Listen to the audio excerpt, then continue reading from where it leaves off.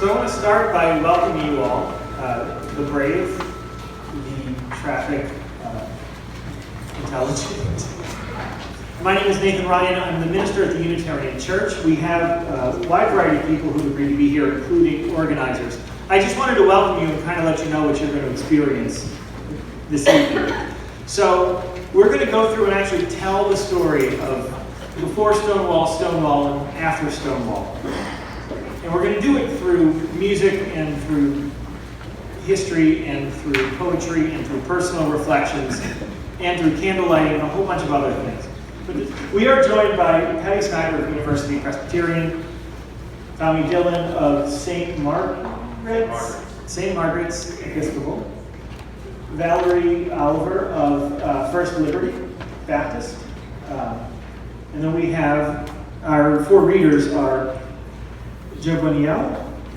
I butchered that, didn't I? No, you were really close. Very close.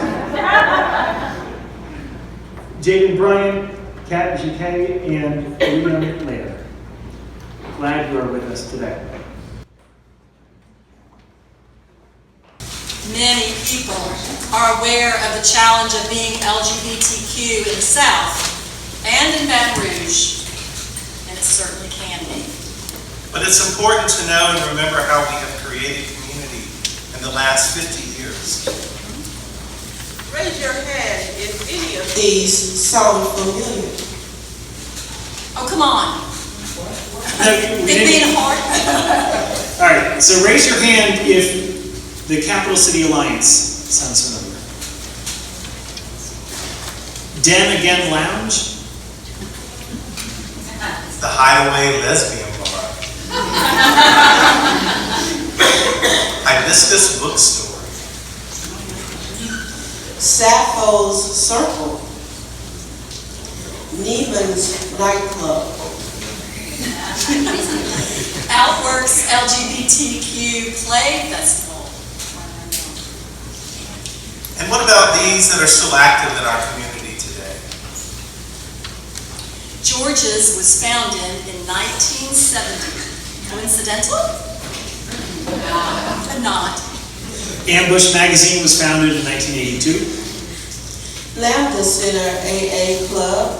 LGBTQ Alcoholics Anonymous meetings still continue at MCC. Louisiana Queer Conference in 2011. The Mystic Crew of Apollo, founded in 1980. We know there are others, and we know there will be more because community matters. Welcome to Stonewall, Still Rising.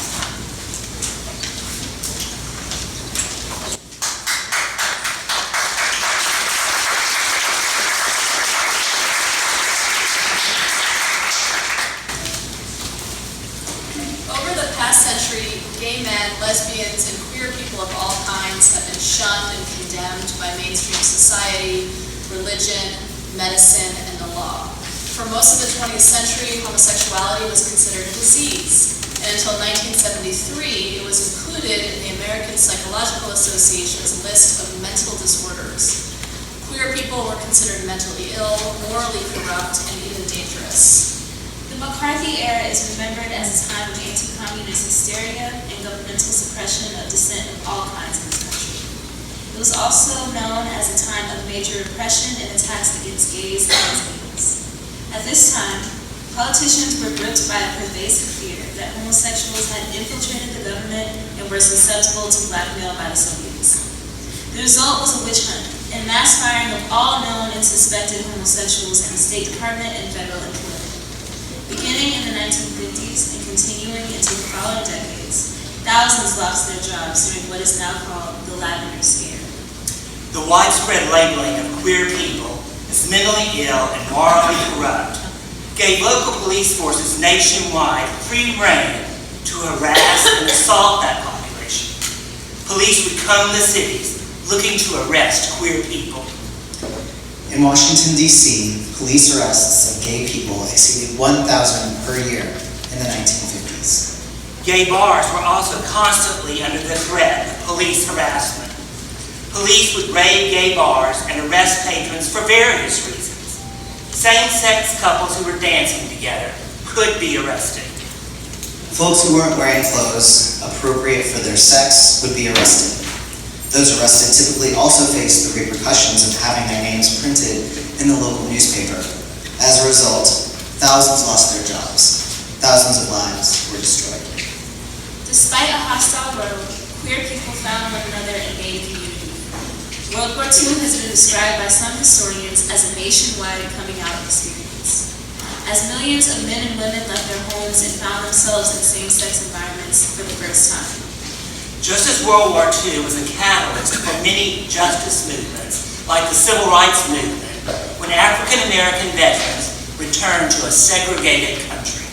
For many, the shift from rural or small-town living to urban and anonymous provided the opportunity to either discover or express queer identity. A decade later, at the height of the McCarthy era, drag balls were a popular form of entertainment for both straight and queer audiences. On Halloween and New Year's Eve, mostly Black and Latinx drag queens in major cities like Chicago and New York performed for crowds of hundreds and sometimes over 1,000 people. Here, these drag queens of color created community and laid the groundwork for the making of a liberation movement. In Los Angeles, white gay men formed the Mattachine Society in 1950, a group which would expand with local chapters nationwide and would organize some of the first protests against gay discrimination. Members of the Mattachine chapter in Philadelphia marched in front of Independence Hall every July from 1965 to 1969 with signs proclaiming, "Support homosexual rights," and "Homosexuals should be judged as individuals." Drag queens and queer and trans people of color were at the forefront of some of the earliest shows of resistance to oppression. At Cooper's Donuts in Los Angeles in 1959, patrons had had enough of police harassment and started a 2-day riot when the police came to the restaurant asking to check IDs so they could arrest those who were wearing clothing of the opposite sex. At Compton's cafeteria in San Francisco in 1966, trans women of color resisted arrest after months of police harassment there. A riot ensued that night and a picket the next. Compton's marks the beginning of trans activism in San Francisco.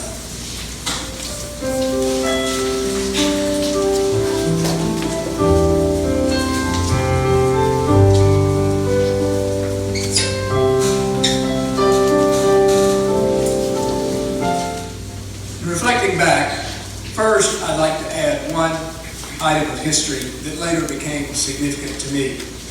In 1968, a year before Stonewall, Troy Perry, a Pentecostal pastor in Los Angeles, held the first services of gay inclusive church that we know today as the Universal Fellowship of Metropolitan Community Churches with congregations in 22 countries. Troy was also a prominent early participant in Los Angeles gay pride parades and made an unsuccessful attempt every year to obtain a marriage license. In the next several years, several MCC church buildings, including the one in Los Angeles, were subjected to suspicious fires or vandalism. You've just heard a narrative of the atmosphere that preceded Stonewall. But when I was in high school in Chattanooga in the early 1960s, I really was not aware of any of that. Things gay were not a part of the student consciousness. Phrases like faggot or even that's so gay were not yet in the vernacular. If any students were gay or questioning, they were quite closeted, and I never heard them. I did some dating, but I was a good boy. So my sexual questions were more about how far I dared to go when making out with a girl. It wasn't until college at Auburn University that I began to question. One day I was sitting in a bathroom stall when a guy next to me tapped his foot under the partition. I had seen notes written on walls, and when I figured out what that foot tap meant, I ran out of the room trembling. Over the next few years, I slowly developed a relatively closeted gay life, but I was more aware of things like Vietnam protests, the race riots, and Penn State shootings than the bad things that were happening to gays elsewhere. Until a Supreme Court decision in 1958, all gay interest publications were deemed obscene and were therefore subject to prosecution. But there was lingering debate over what was obscene, and the freedom sparked by Playboy magazine did not necessarily carry over to gay publications. In summers during college, I worked in a mill that recycled paper. In the bundles of incoming waste paper, I found so-called physique picture magazines that were surreptitiously targeted for gays, but there were never two guys in the same picture, poses were never seductive, and genitals were always covered either by a posing strap or by some very amateurish and clearly detectable airbrushing. There were also some erotic gay paperback novels with the covers torn off. I sneaked some home and stored them in a small homemade wooden box that had a lock. Auburn was a small college town with a very quiet gay scene.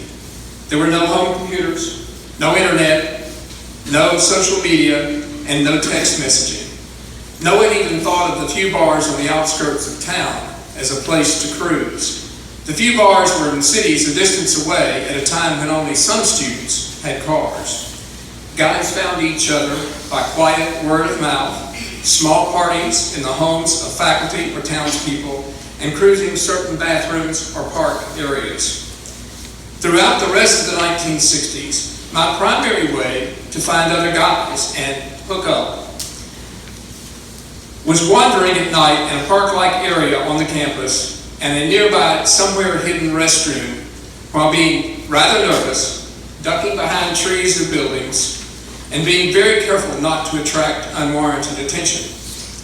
During that time, I was certainly afraid to come out to family, fraternity brothers, or anyone else who was not clearly gay, or even to take anyone home to where I lived.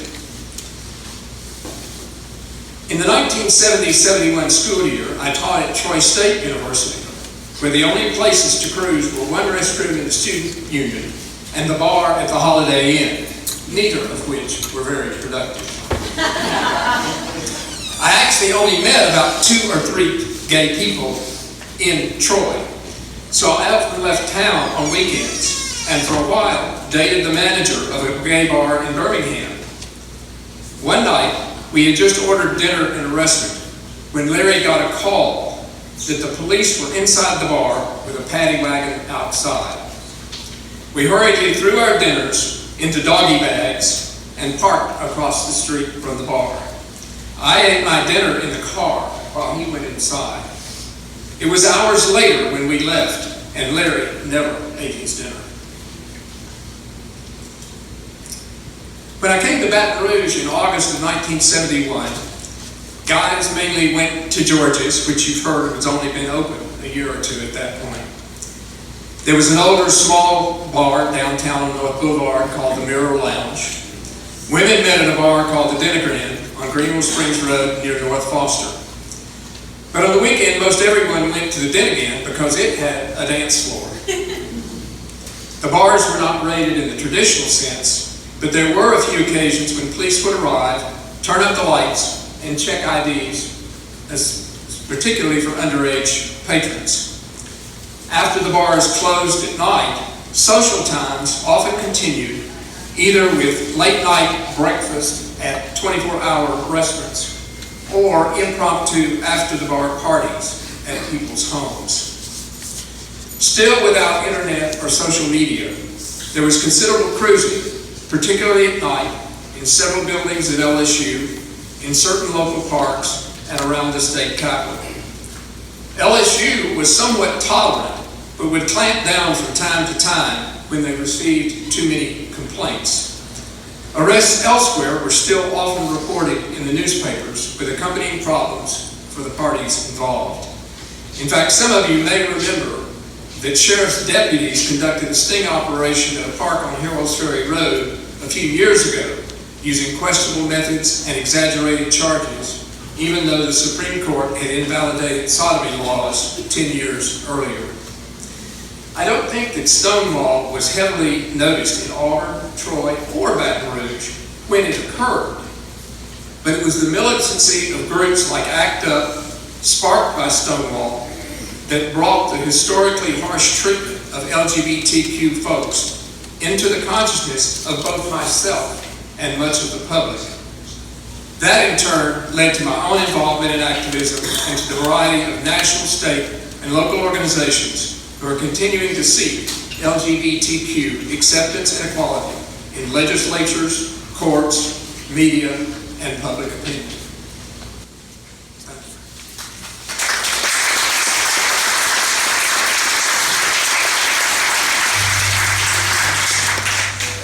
As Nicole comes up to play, because we're about to get into the Stonewall portion, the newest, we think, Baton Rougean, Kofi Thompson, would you light the candle?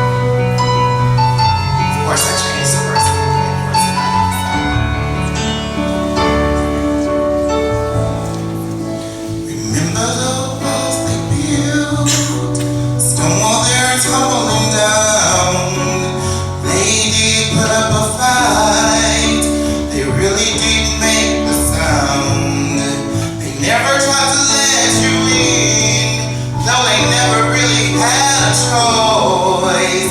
Standing in the light of your halo, God, our rain was numb.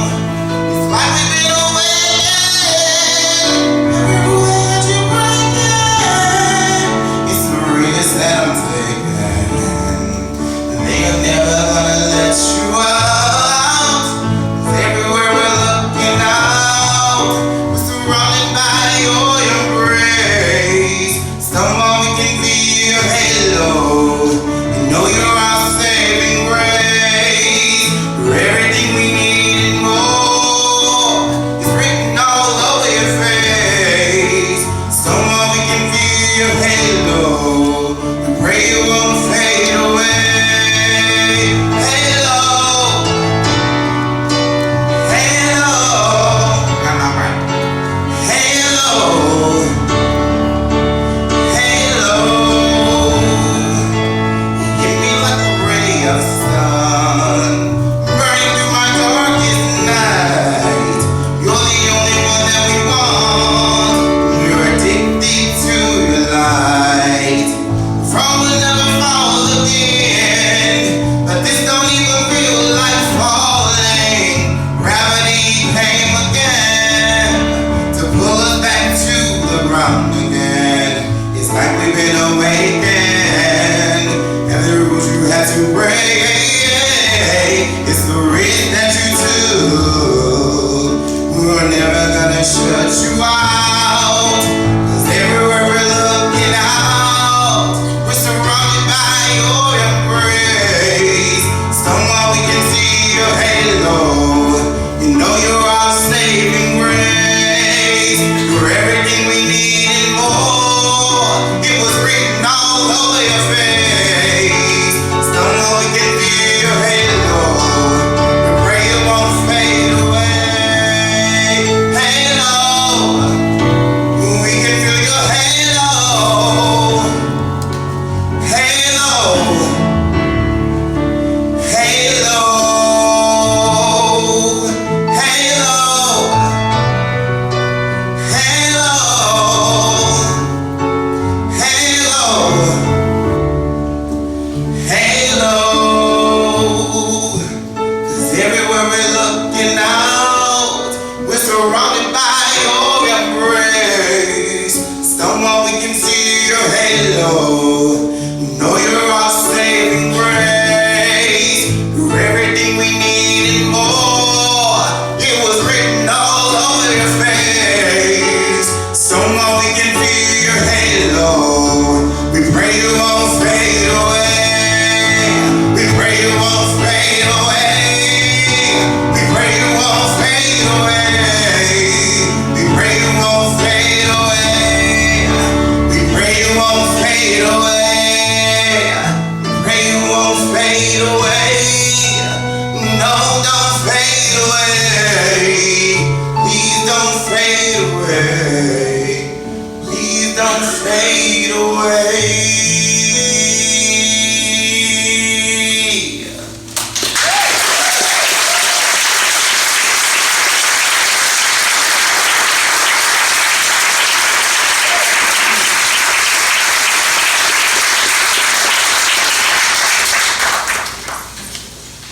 Let us pray.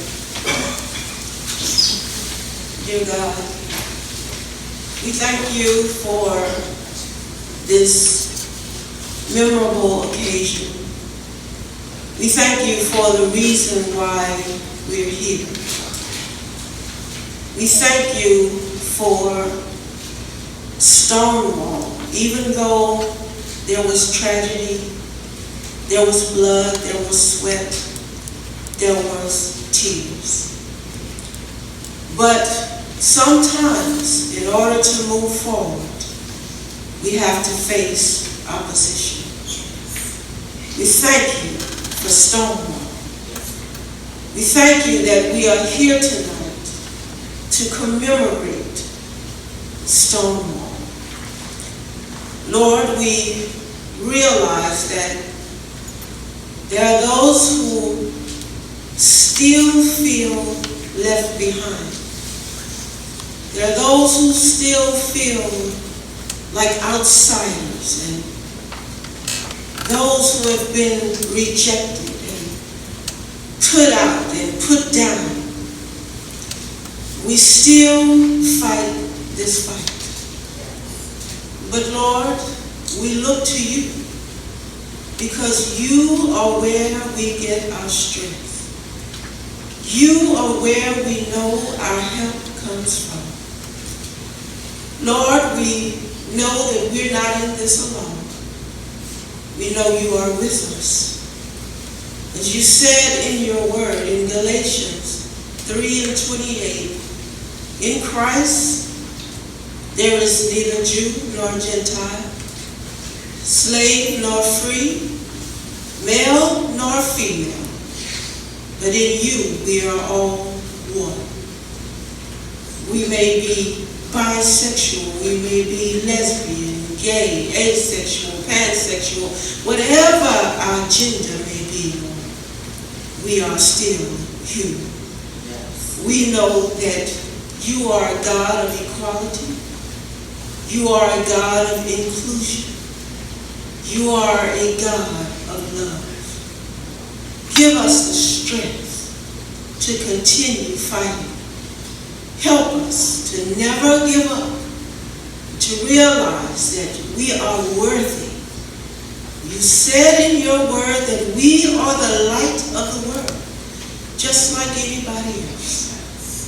We are the salt of the earth, just like anybody else.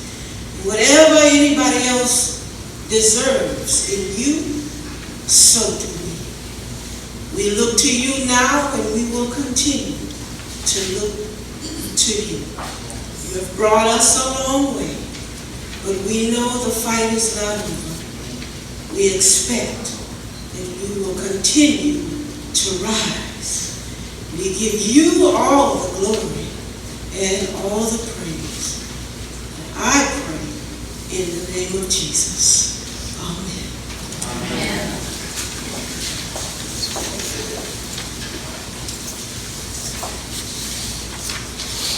The Stonewall Inn is a gay bar located on Christopher Street in New York City's Greenwich Village. In the 1960s, it was frequented by white, Latinx, and black gay men, lesbians, drag queens, trans people, hustlers, and street kids. And like many gay bars at the time, the Stonewall was the target of constant police harassment and raids. During the early morning hours of June 28, 1969, NYPD raided the bar yet again. As per usual, they lined everyone up inside the bar to check IDs and to arrest anyone who was wearing clothing of the quote-unquote opposite sex. Something happened that night. Patrons had had enough. They refused to show IDs, and they resisted arrest. Very quickly, the scene became charged. A crowd gathered outside the bar, and queer people fought back against police harassment. One bar patron remembered, The pain, the anger, the frustration, the humiliation, the constant badgering, the constant turmoil that they cause in our lives. Now it was the time to get it out. Queer street kids were involved as well. They lit a garbage can on fire. The crowd uprooted a parking meter. They tried to overturn a police wagon. The tactical police force were called in to respond to the escalating scene. It lasted several hours. This is my favorite part. In the face of police officers holding batons and dressed in riot gear, a group of drag queens started to kick line and chanted, We are the Stonewall girls and we wear our pearls and pearls. Others in the crowd shouted, "Gay power," and began singing, "We shall overcome." The police eventually quelled the violence that night. Media coverage of the rebellion alerted thousands to what had happened the next day. And thousands came to Stonewall the next night in solidarity. More rebellion ensued. Street battles with the police lasted until 4 a.m. The rebellion at Stonewall was not the first time queer people fought back, and it was not the first time that queer people organized for their rights. But they do mark a turning point. Within 6 months of the riots, groups like the Gay Liberation Front and the Gay Activists Alliance organized in New York City. They boldly used the word gay in their group names, and they aligned themselves with the radical anti-war and Black Power movements. Gay groups proliferated nationwide. Within 2 years of Stonewall, gay rights groups formed in every major U.S. city. 1 year after the rebellion, activists decided to commemorate what had happened that night at Stonewall. On June 28, 1970, they assembled for Christopher Street Liberation Day. The crowd of 2,000 people marched from Christopher Street to Central Park. Gay activists also marched in Los Angeles and Chicago that day. These events were the first gay pride marches in the nation's history. That year and every year since, crowds have assembled in cities across the country and worldwide to celebrate gay pride.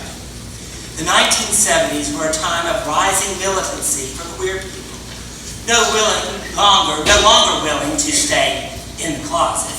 Thousands who were marginalized and oppressed demanded their rights. As the movement expanded and morphed, queer people encountered new and evolving challenges.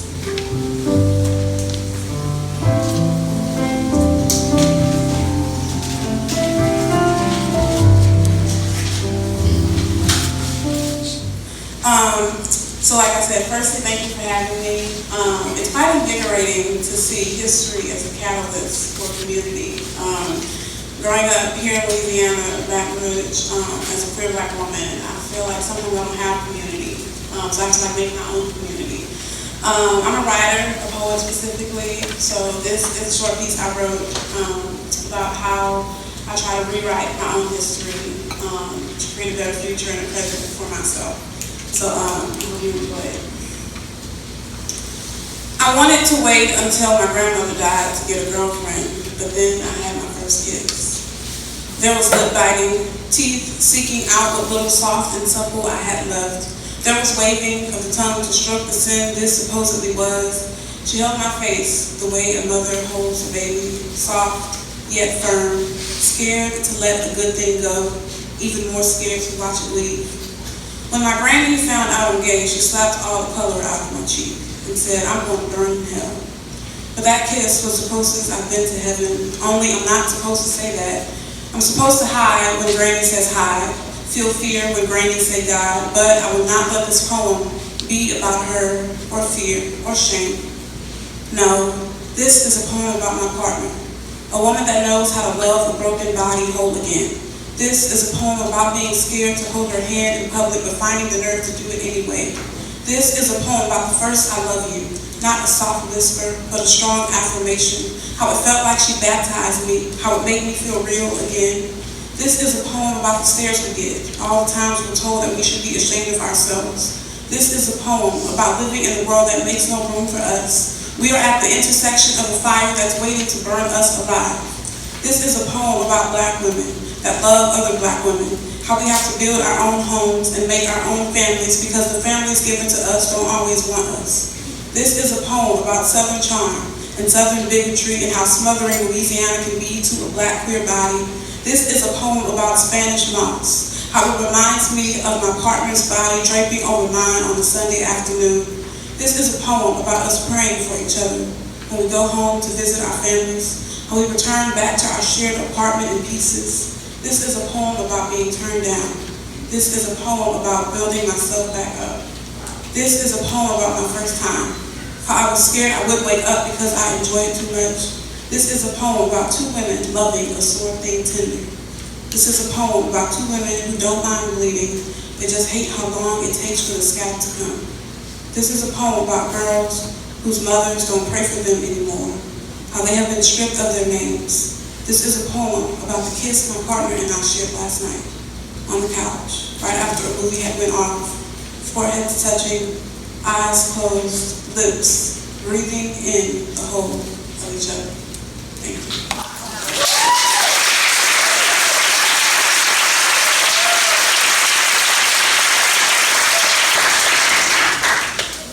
Join us in this litany that's in your order of service. We are grateful for the gift of our lives and the gift of others in our lives. Each of us is created with dignity and worth. We are called to love each other and to do nothing to others that we would find hateful to ourselves. We honor the many ways that people live and love. We repent for the times when our faith traditions have named lesbian, gay, bisexual, and transgender people unworthy. Love does not exclude. We are all worthy. We suffer when LGBT persons are oppressed, excluded, and shamed by religious people who overlook the fundamental call to justice in our scriptures. True justice flourishes when we can live with authenticity and integrity. May we work to build a community where LGBTQ people are celebrated as full and equal members, recognizing their many gifts. We celebrate sexual and gender diversity as a blessing that enriches us all.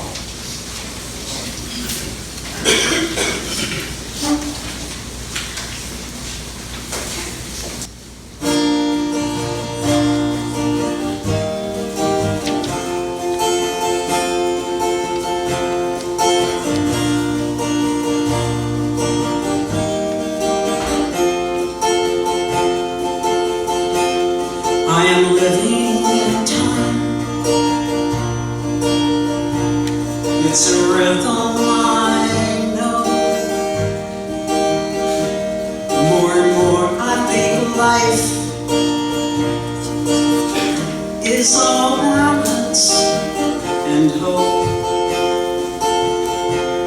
'Cause it's not black or white. It's in each shade of my choice, coming fully alive as I give it my voice. Oh, this time I will live alone and open my eyes to the great divide. I'm walking my path, finding my way, and every step's a leap of faith.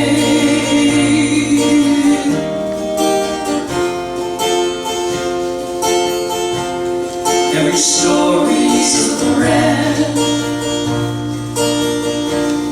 in a weave that evolves. I don't know what's ahead, but I'm standing here now. There are moments I fly, days when I weep.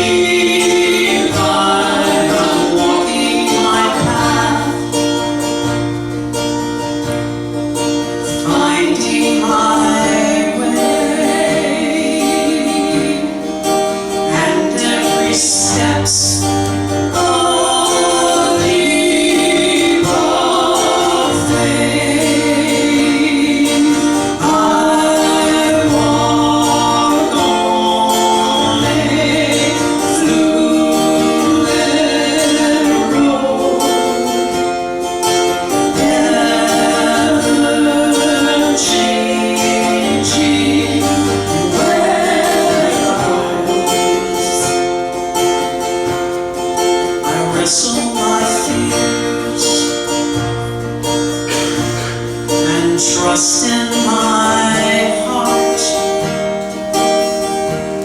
that strength will appear of growing there in the dark. Oh, this time I will never allow that.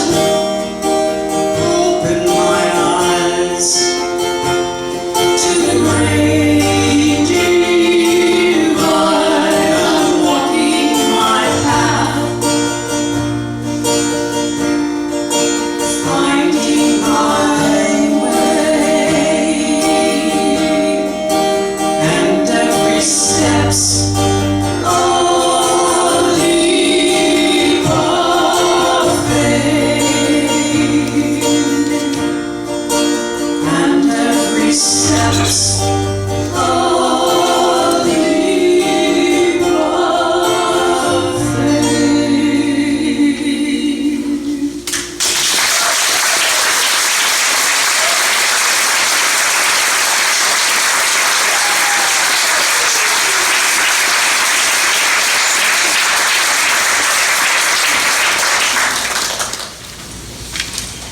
Would you all join me in another moment of prayer and reflection? The God that we know and we see love and justice and compassion, that mystery named and unnamed so many times, be with us on this day. And bless all those who are able and strong enough and brave enough to be who they were made to be. Bless them for walking a path that has made room for others to be who they were born to be. Help all of us to discern choices that bring about more kindness and more love and more justice to this world. And help us to hold in our hearts all those who have not yet joined us on this journey. People who are afraid, or people who are stuck under piles of rotten theology and misinterpretations of scriptures. Help us to love those who we want back in our lives. Help us remember that the struggles in this room are not the only struggles. Help us remember that the world desperately needs more love and kindness and justice. May we be strong enough to bless every person we meet. Amen.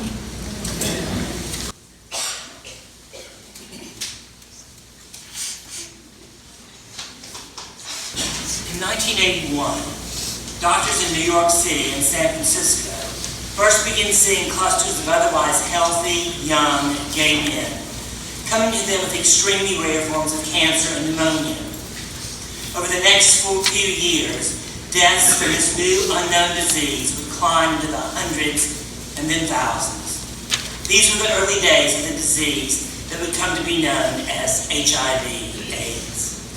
Gay men were overwhelmingly represented in those presenting with HIV/AIDS, and it was quickly tagged a gay disease. And because of this, the government failed to respond. Gay people were seen as disposable. Their lives were not worth saving. Fear, hate, and homophobia dictated the response of many in the government, medicine, and science. President Reagan did not utter the words AIDS publicly until 1985. At that point, over 12,000 people had died. It wasn't until 1987 that President Reagan addressed AIDS in a major speech. By that time, over 40,000 people had died. By 1988, 61,816 people had died from AIDS in the United States. To give you some perspective, by 1988, more people had died of AIDS in the United States than U.S. servicemen had died in the Vietnam War. By 1990, that number would double. 120,453 people had died of AIDS in the U.S. by decade's end. Not all of these people were gay. From the beginning, AIDS did not discriminate, and although it originally showed up mostly in gay men, IV drug users and hemophiliacs, AIDS quickly made its way through the entire population, regardless of sexuality, gender, race, ethnicity, or class. During the 1980s, a diagnosis of HIV or AIDS was a virtual death sentence. There were no effective treatments available. In the face of neglect, fear, and hatred, the queer community organized. AIDS activists demanded treatment, more resources, and more funding. Healthcare is a right, they proclaimed. Silence equals death, they said. The most well-known group was the AIDS Coalition to Unleash Power, or ACT UP. Their slogan was ACT UP, fight back, fight AIDS. Following over a decade of activism, pressure, and organizing by AIDS activists, the scientific community discovered effective AIDS treatments. In 1996, the FDA approved AIDS therapies that had remarkable results. Within 1 year, deaths from AIDS dropped 60 to 80%. But that's not the end of the story. Despite effective treatment, rates of new HIV infection remain constant nationwide. Today, poor people and communities of color continue to be disproportionately affected by the disease. Lack of access to resources, prevention, and health care dictate people's experience with HIV/AIDS. Half of all new HIV diagnoses occur in the American South. New Orleans has the third highest HIV diagnosis rate in the country. Baton Rouge has the highest in the country. The AIDS crisis is far from over.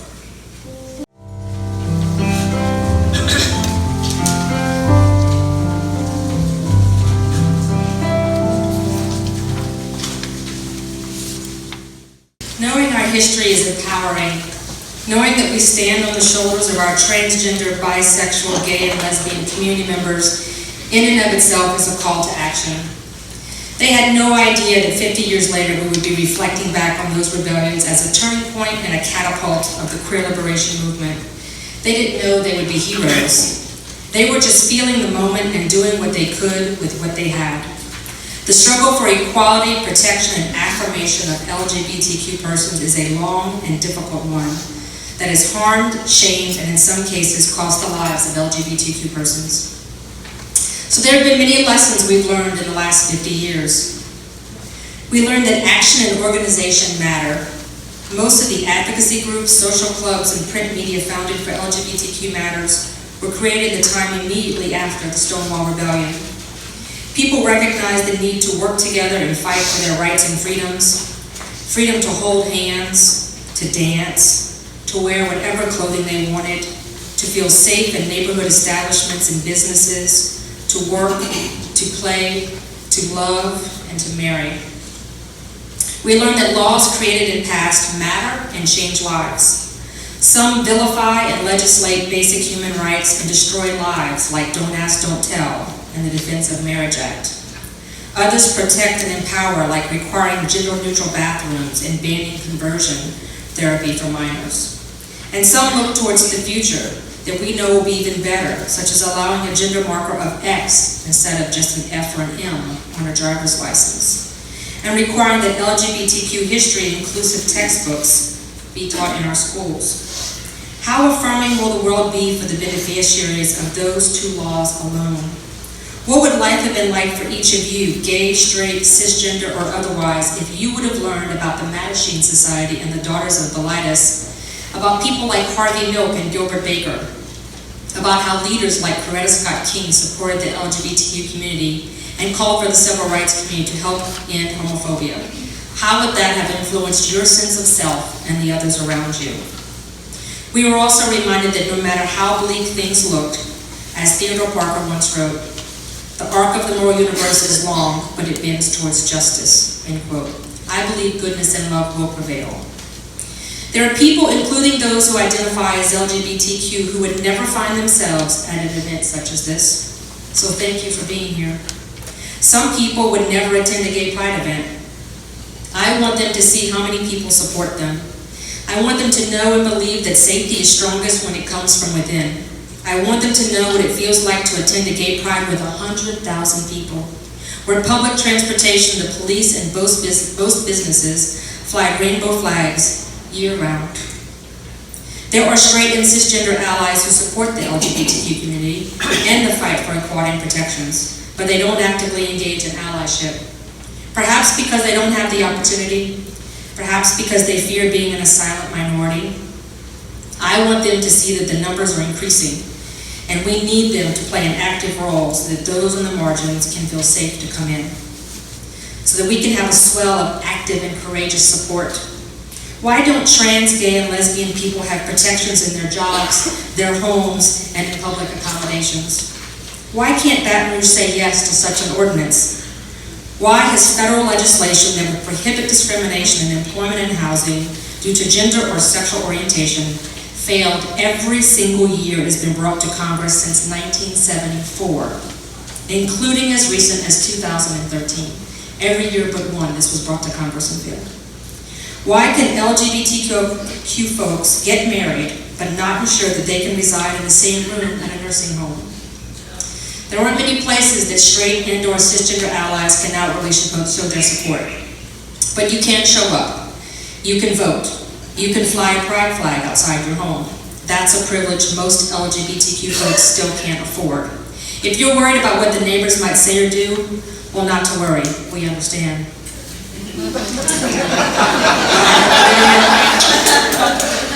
There are people here and at home that don't understand why everyone isn't out and proud and even loud. I want you and them to know that although we know the world isn't safe today, it was much more dangerous 5, 10, 20 plus years ago. To live life in fear and ridicule and condemnation, to have your family limit their love and acceptance can affect a person, and we do not heal overnight. Help people heal by loving, supporting, and understanding them. Ask them what it was like to be LGBTQ when they were young. Be patient as some people try to undo generations of oppression. Let's not leave them behind. There are people here and at home who ridicule themselves because they still live in fear instead of pride, who feel less than because they can't make themselves hold the hand of the person they love or wear the clothes that they want. I want them to know the struggle is real and we feel you. Next time you wish you could have done something different, remind yourself of this. There is nothing wrong with who you are, who you love, what you wear. Remind yourself that you deserve all of these things and that you are growing into your next best self as we speak. Remind yourself that generations of heteronormativity are ingrained in your personhood and cannot be erased overnight. You may not be ready to hold their hand or kiss them this time, but you may be next time. This world can be cruel, and that's not about you. Be kind to yourself, and you will heal faster and love better. There are people in this room and at home who don't understand why black and brown have been added to the rainbow. I want you and them to know that part of honoring and healing is letting people know that we see them, that we hold them close to us, and we won't leave them behind. So we do honor our black and brown siblings, and we have done our best this evening to actively demonstrate our commitment to inclusion. There are people in this room and at home who don't believe there's a place in a faith community for them, or perhaps are still feeling the hurt and betrayal of a faith once theirs. I want you and them to know that in 3 short weeks we found 10 churches and denominations in Baton Rouge alone that came on board without any hesitation.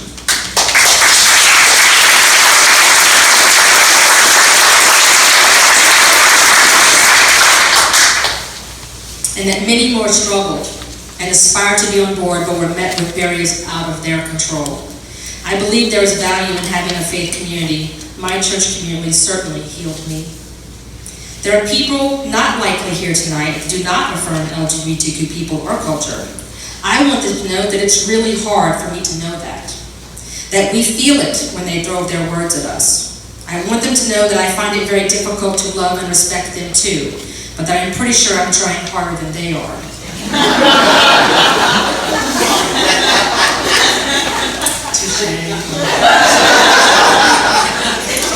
I want them to know that I understand that they fear change and that which they don't understand or cannot imagine. But since I know what it feels like to face intolerance and hate, I won't do that to them. I'll continue my struggle to love those that do not love me, because that's the good and Christian thing to do, even though I'm not a Christian. But let's be clear, it ain't easy. We will embrace our whole community and leave no one behind, regardless of their pronouns, their affectional orientation, their genitalia, not how they look or who and how many they love. We leave no one behind, and we lift up our neighbor trying to get to where we are. No one has to be alone if we come together, and no one has to be behind if we stand shoulder to shoulder. Progress is always made.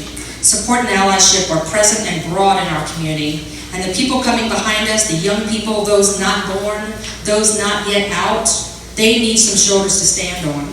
So what are we going to do?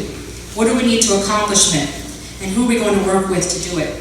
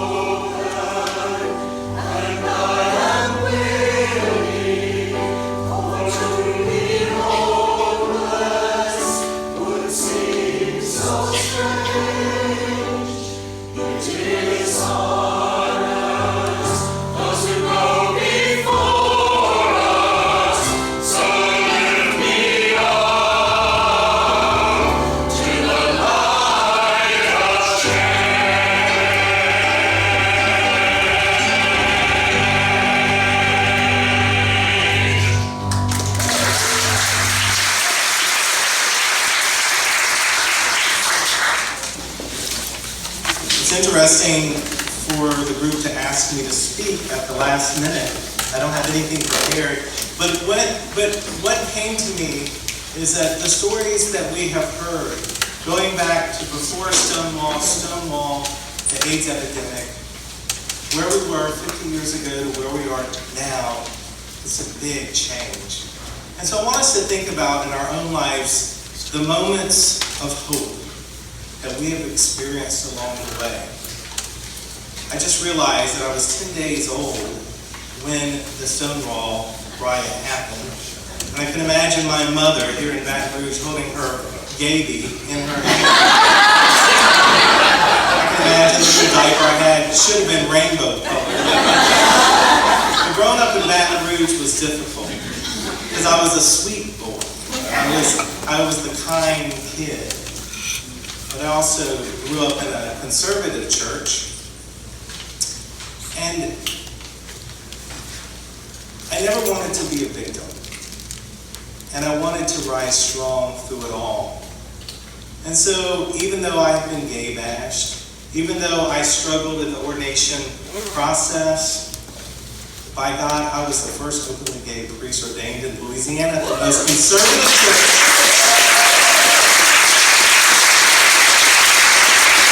Because my bishop at the time said, Tommy, just love them. Just love people. And that has been my mantra. And that has brought me to so many moments of hope. I'll never forget, those of you who would go to New Orleans on Sunday for tea dance, do you remember that at the Broken Pub? Some of us still go now. But it used to be really crowded. And I remember a moment of hope after Katrina, 2 weeks later, when they finally opened the city and it was deserted, especially the French Quarter. But I was walking down Bourbon Street, I hear this boom, boom, boom. And I hear We Are Family playing at the Bourbon Pub. And I was like, the gays know where to gather. And then I walked down the street to Good Friends, where this man named Tom would play the piano upstairs. And a bunch of people would sing. And every time I'd get there, they'd say, Padre, let's sing some gospel. And they were there that day. They carried the piano downstairs because it had flooded upstairs with the open roof. And we sat around that piano, which became an altar for us. And we, who were struggling gay people, sang our hearts out. And the song that we sang was, I sing because I'm happy. I sing because I'm free. My eye is on the sparrow who watches after me. That's the hope of all of us, even in the midst of despair, that we rise up and rise strong. After Katrina, I got out of Baton Rouge for 10 years and moved to San Francisco. I wanted to go to the motherland. And it was different. But a moment of hope was being able to be there on the day that the Supreme Court said that gay marriage was legal. And everyone in the gay community knew where to go, to the Harvey Milk Square in front of the Castro Theater. And thousands of us gathered. And there was one straight guy who was our intern who came with us. And he looks at me and says, Father Tommy, do gay people like Madonna? And I was like, yes. And they kept on playing her songs and we were dancing and celebrating. And that was a holy day. But what was even more holier than that was being called back to Baton Rouge to be rector of a parish that was once very anti-gay. They had split over the gay ordination of gay bishops in the Episcopal Church. And I interviewed with them and I said, I'm just going to love you. And they said, we're going to take a chance. And they welcomed me as their priest. And I wasn't going to do any gay marriages. I didn't want to push them at that point. But then, you know, it's all about love and our experience of people. And we have Lester and Joe, who were basically had left their Catholic church and came to us, and we had their marriage blessed, and there was no complaints, and the church was packed. And those who were against gay marriage came around because of love. And tonight we gather as another moment of hope. The Quran says, everywhere you look, there is the face of God. And look around right now, when we see what the kingdom of God is. May we continue to hold tonight in our hearts, and especially as we go forth, Yes, we have struggles ahead with our city council. But look, we had 15,000 people at Baton Rouge Pride in Baton Rouge. Can I get an amen for that? So it only gets better. We might take 3 steps forward and 2 steps back, but we'll always move ahead. Because when we love, it changes the world.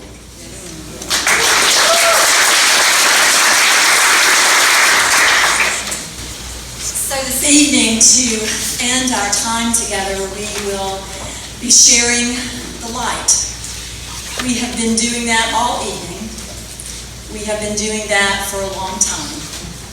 So in a few minutes, right after the Beatitudes of Dignity, which is a litany that's in your order of program tonight, the leaders will be lighting our candles, and we'll be passing the light inside to avoid the slog and mud outside.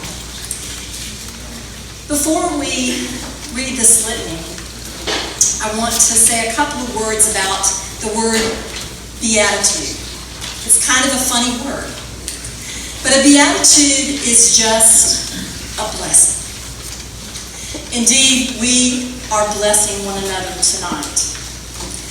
The word blessing comes from, at least in the Judeo-Christian tradition, from the first story of creation in Genesis. There are 2.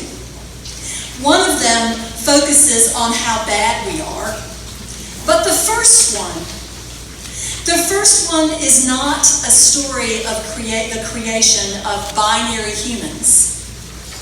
It is the story of the creation and the blessing of everyone, of all creation. In that story, again and again, God said, "It is good. It is good. Look around you. It is all good." So please join with me in this, and the rest of the leaders, in this litany of the Beatitudes of Dignity. Share.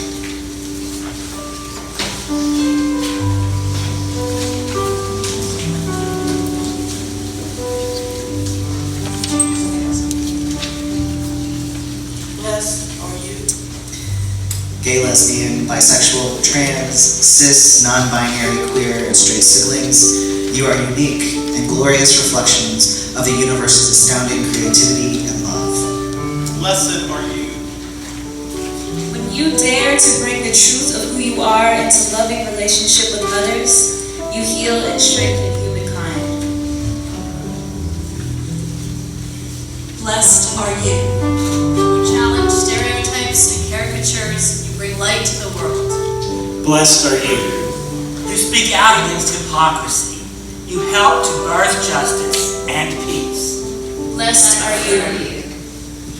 When you work for full equality and inclusion, you honor the sacredness of all people. Blessed are you. When you create new kinds of families, families formed by love rather than by law, you live the truth that all people are one family.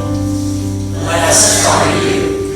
Who seek to worship in spirit and in truth, whose prayer arises from humble hearts. The spirit of holiness will inspire and guide you.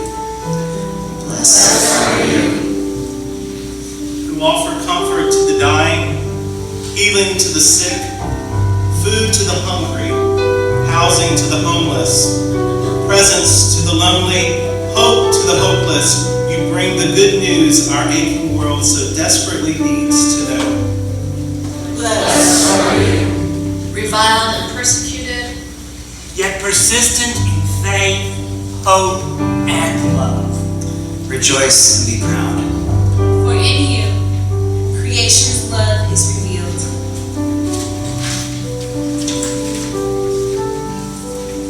As the candles are lit, we will be singing together, Walking the Path of Peace. Walking the path of peace. I am walking the path of peace. I am walking the path of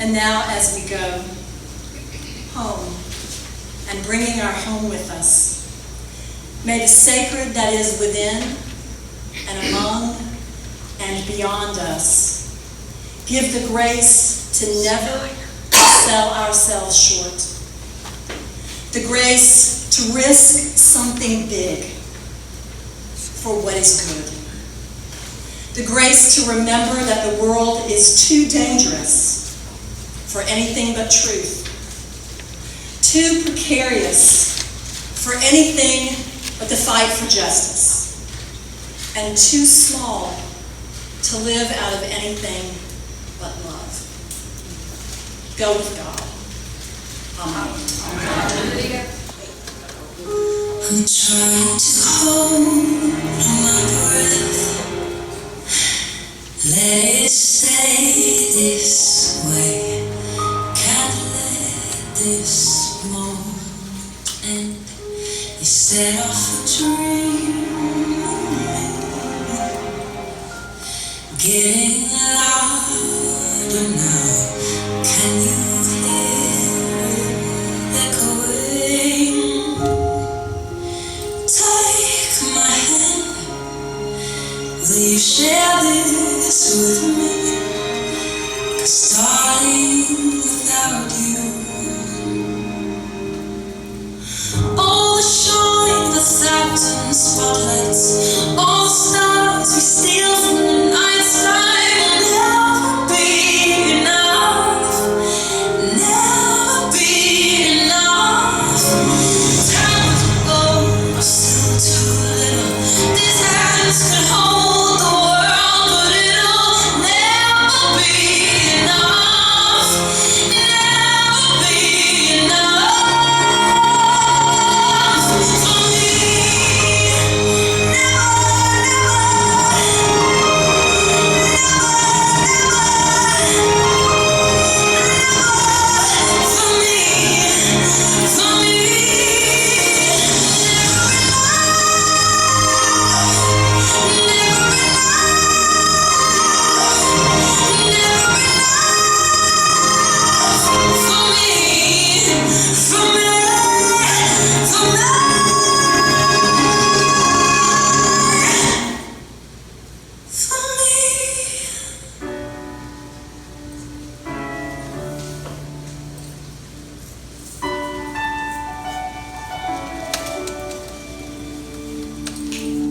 I'm not a stranger to the